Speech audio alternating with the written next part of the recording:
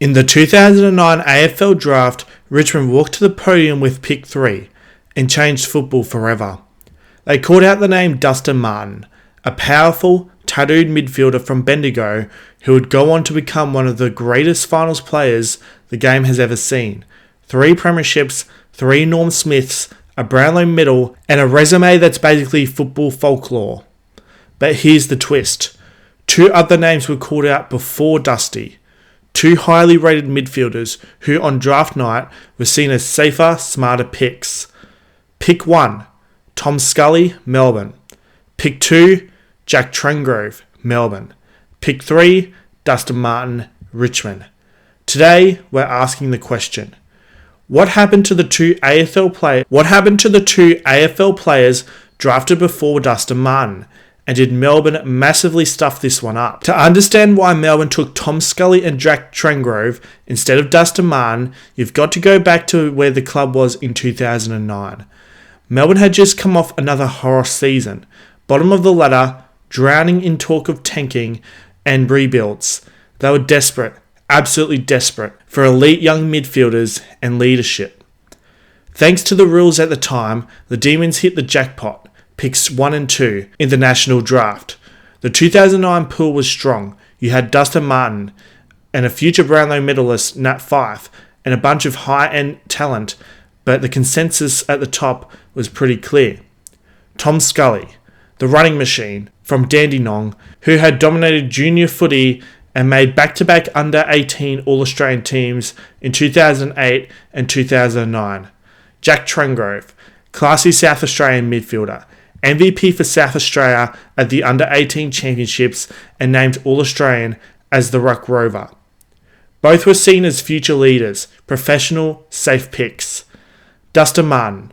Everyone knew he was talented, powerful, explosive, a unique mix of bull and finesse, but he also came with question marks, off-field background, professionalism, and whether he'd fit into a club's culture long term. A lot of recruiters saw Martin as higher risk, higher reward. So on draft night, Melbourne played it safe. Pick 1 Tom Scully, pick 2 Jack Trengove. Richmond happily snapped up Martin at pick 3. In hindsight, that looks like an all-time miss. But at the time, most experts thought Melbourne had nailed it. Let's start with pick 1, Tom Scully. Scully arrives at Melbourne in 2010 with massive hype. He debuts in round 1 at the MCG, and straight away you see why scouts loved him. Massive tank, clean hands, work rate off the charts. Across his first season, he averages around 18 disposals and 4 tackles a game, wins Melbourne's Best First Year Player award, finishes top 10 in the Best and Fairest, and comes second in the Rising Star behind Dan Hanbury. On paper, pick 1 is tracking perfectly. But there are 2 big problems coming. The GWS poaching. First, his contract. Melbourne only had Scully on an initial 2-year deal.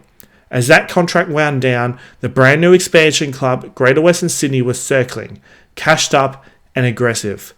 At the end of 2011, Scully shocks the footy world. He walks out on Melbourne after just 31 games, accepting a huge 6-year offer from GWS as an uncontracted player. For Melbourne fans, this is where pick 1 turned into a nightmare. You bottom out, cop all the pain, land the number 1 pick, and after 2 seasons, he's gone. From Melbourne's point of view, it looked like they'd spent the number 1 pick to develop a star for someone else.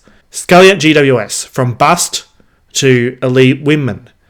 The twist though, Tom Scully at GWS was actually pretty good. He plays 121 games for the Giants, becomes one of the best 2-way wingmen in the competition, and is named in the All-Australian squad in 2016 and 2017. His running power was insane. You'd see him gut run from one end of the ground to the other, link up chains of possession, and apply pressure defensively. For a while, he's genuinely one of the most valuable role players in the league. Then in round 2 2018, disaster.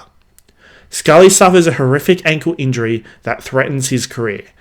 GWS worried he might never be the same, end up trading him to Hawthorn basically for a 4th round pick.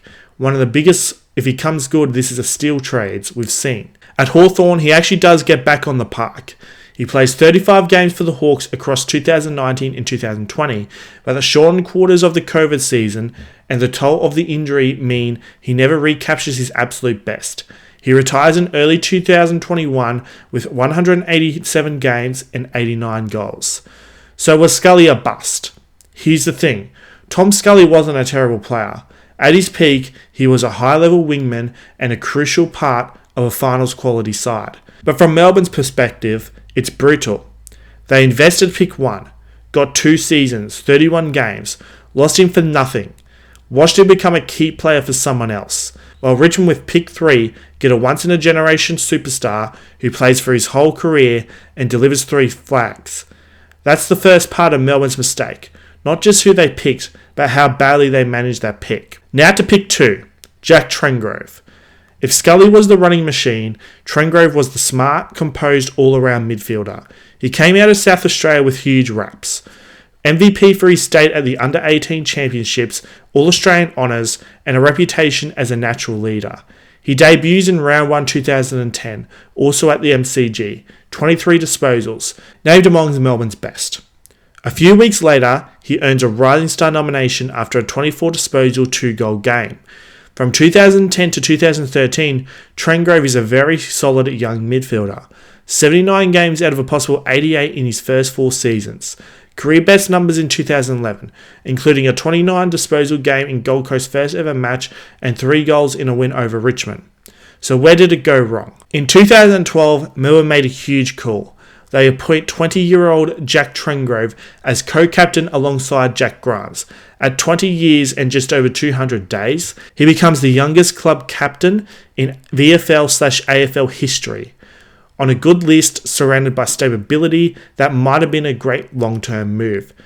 On that Melbourne list, it was a lot. The team was getting smashed most weeks.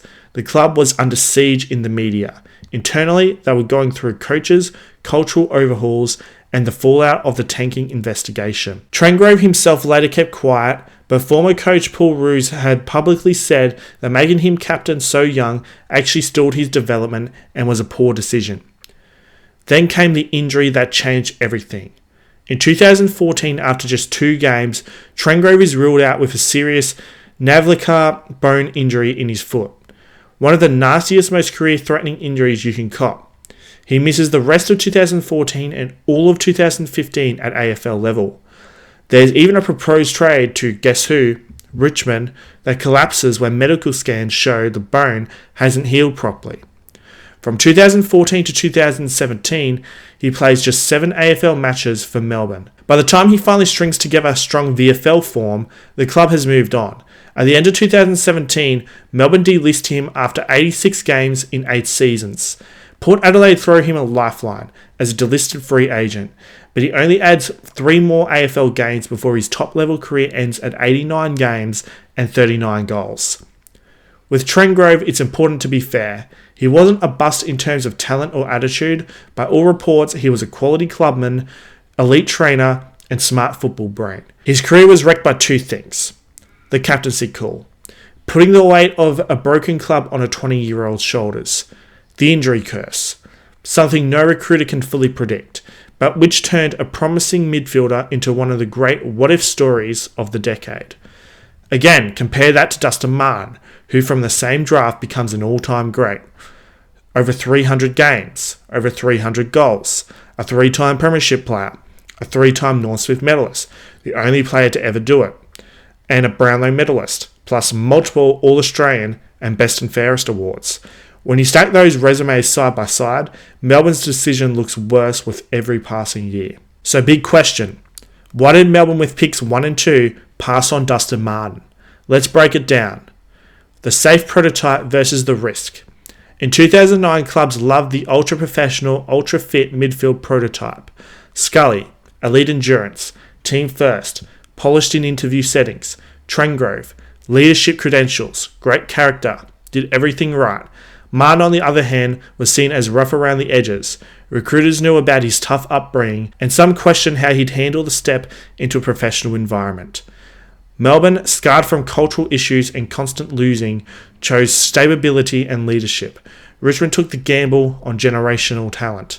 Even if you think Scully at pick 1 was defensible at the time, Melbourne's contract management was not. A 2-year deal for a number 1 pick in an era where the expansion clubs would throw around ridiculous money was asking for trouble. When GWS came calling, Melbourne simply couldn't compete. So they spent pick 1 on Scully, failed to lock him in long term, lost him right as he was entering his prime. Meanwhile, Richmond not only landed Martin, they eventually secured him on a massive long-term deal when he hit free agency, keeping him in yellow and black for the peak of his career. Another factor, environment. Would Dustin Martin have become Dustin Martin at Melbourne? We don't know. In those early years, the Demons were unstable, coaches were changing, and the club was constantly under siege. It's an open question whether they had the structure, people, and patience to get the best out of a complex young star.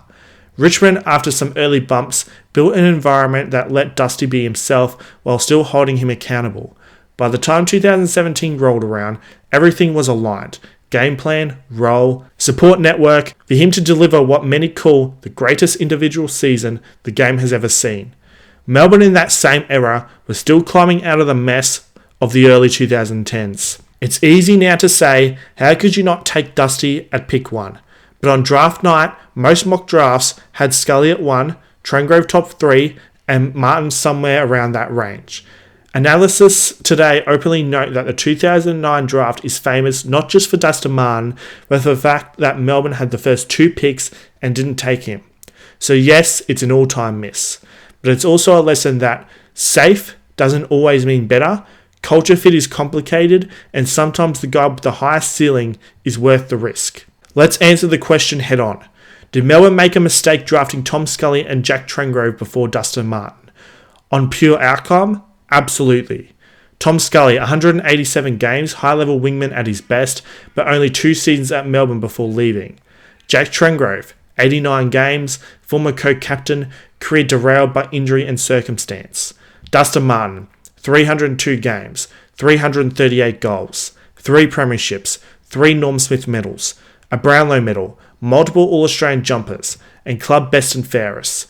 Widely regarded as one of the greatest players of all time and arguably the greatest big game player we've ever seen. From a purely results-based point of view, Melbourne's decision is one of the biggest sliding doors moments in AFL history. But it's also worth remembering, neither Scully nor Trengrove were bad players. Scully was lured away with a monster contract and became a gun at GWS. Trengrove gave everything he had until his body simply wouldn't let him. The real mistake is a combination of overvaluing safety over ceiling at a time when they desperately needed a genuine match winner, poor list and contract management, especially with Scully, an unstable development environment that may not have maximised any of their young stars. Dustin Martin, meanwhile, landed at a club that, after some serious work, gave him exactly what he needed to become the greatest finals player of his generation. In every draft, there are winners and losers. In 2009, Richmond walked away with a legend. Melbourne walked away with 2 stories of what might have been. Tom Scully and Jack Trengove will never be remembered in the same breath as Dustin Martin, but their careers tell us just how much about how fragile success can be, how injuries, environment, contracts, and timing can completely change a player's story. So what do you think? Did Melbourne genuinely blow the biggest layup in draft history, or is that just hindsight talking? Let me know in the comments. Would you have taken Dusty at pick 1 back in 2009?